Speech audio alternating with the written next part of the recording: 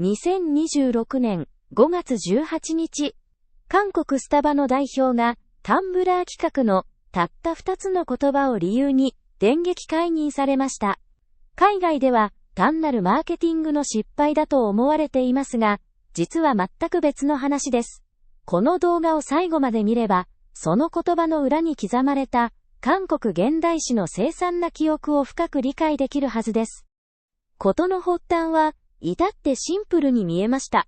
韓国のスターバックスが大容量のタンクタンブラーを宣伝するため、5月18日に合わせて、タンクデーというイベントを開催したんです。そこに、デスクに置く時の安定感をアピールしようと、デスクに、トントというキャッチコピーを添えました。このニュースが海外で報じられると、韓国の歴史的背景を知らない多くの人々は首をかしげました。大容量だからタンクと名付けただけなのに、なぜ韓国の消費者はスタバカードを払い戻し、タンブラーを叩き壊すほど激怒したのでしょうか。単に韓国人が感情的で過敏すぎるだけだと思われがちです。本当の物語はここからです。この現象を読み解く鍵は、経済学で語られる歴史的感受性という概念にあります。これは単に過去を暗記することではありません。その国の人々が共有する心の傷に触れずにビジネスを設計する、いわば生存のための知性なのです。この知能が欠如したとき、どれほどの惨劇が待ち受けているのか、それを知るために、1980年5月の光州、クアンジュを振り返ってみましょう。当時の歴史を最もわかりやすく伝えてくれるのが、1200万人もの観客を涙させた映画、タクシー運転手です。主人公のキム・マンソプは、溜まった家賃を払うため、ドイツ人記者のユルゲン・ヒンツペーターを乗せて、完全に孤立した広州へと向かいます。当時、軍事独裁政権は民主化を求める市民を鎮圧するため、すべての通信と交通網を遮断していました。外部の世界には、スパイやボートが騒乱を起こしたという、真っ赤な偽ニュースだけが流されていたのです。マンソプとヒンツペーターのカメラが捉えた広州は、決してボートの街ではありませんでした。そこには、おにぎりを分け合い、負傷者のために献血の列を作る、温かい隣人たちの姿がありました。しかし、この平和な街で、観客が思わず息を飲むような、あまりにも凄惨な光景が映し出されます。1980年5月18日。本来は、国民を守るべき軍隊が、戦車を連ねて広州市内へと侵攻しました。民主主義を叫ぶ無辜の市民に向け、無差別な銃撃が始まったのです。韓国の人々にとって、戦車は単なる兵器や強さの象徴ではありません。国家が権力を握るために自国民を虐殺した、暴力と残虐性の象徴。それが戦車です。映画、タクシー運転手で、主人公が涙を流しながら広州へと引き返す際、行く手を阻んだ巨大な鉄の恐怖こそが戦車でした。韓国の人々にとって、5月18日という日付に戦車という言葉を並べるのは、今も消えない深いトラウマを呼び起こす行為なのです。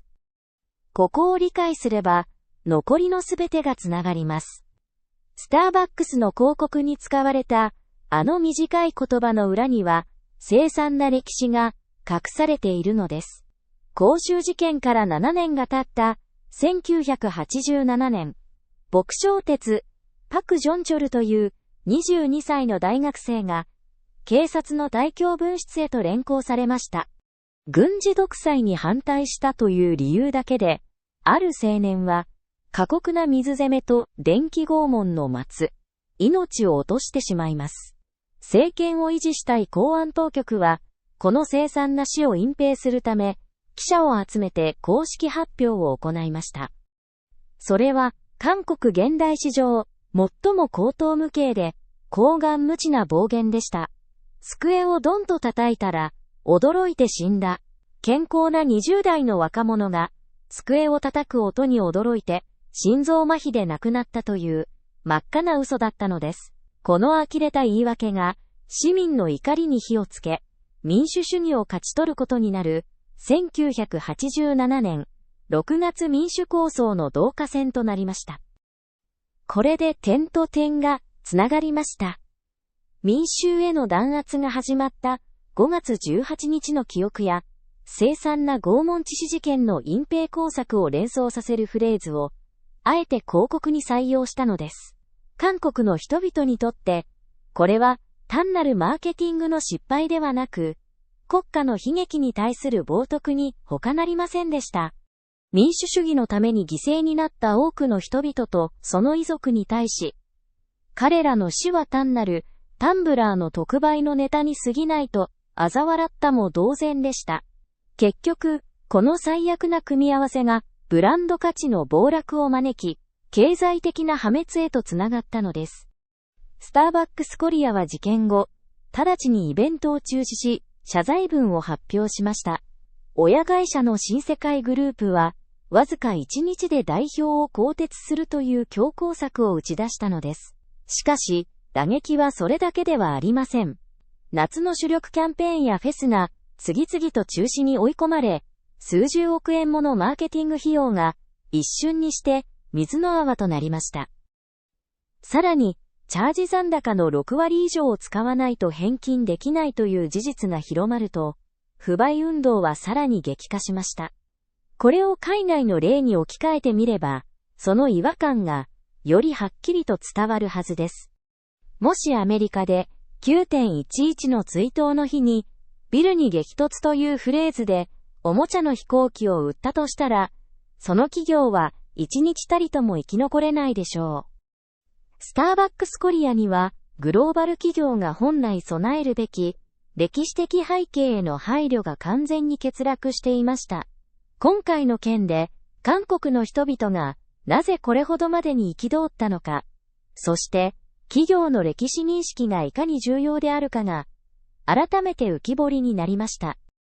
しかし、専門家でさえ解明できない謎が一つ残っています。一体どうやって、厳しいグローバル企業の承認フローを、これほど致命的な言葉の組み合わせが、誰にも止められずにすり抜けてしまったのでしょうか。単に若手社員の歴史認識が足りないだけなのか、それとも効率を追い求めるあまり、内部のチェック体制が崩壊したのか、本当の答えは誰にもわからないまま、企業のシステム崩壊を警告する不気味なミステリーとして残るのかもしれません。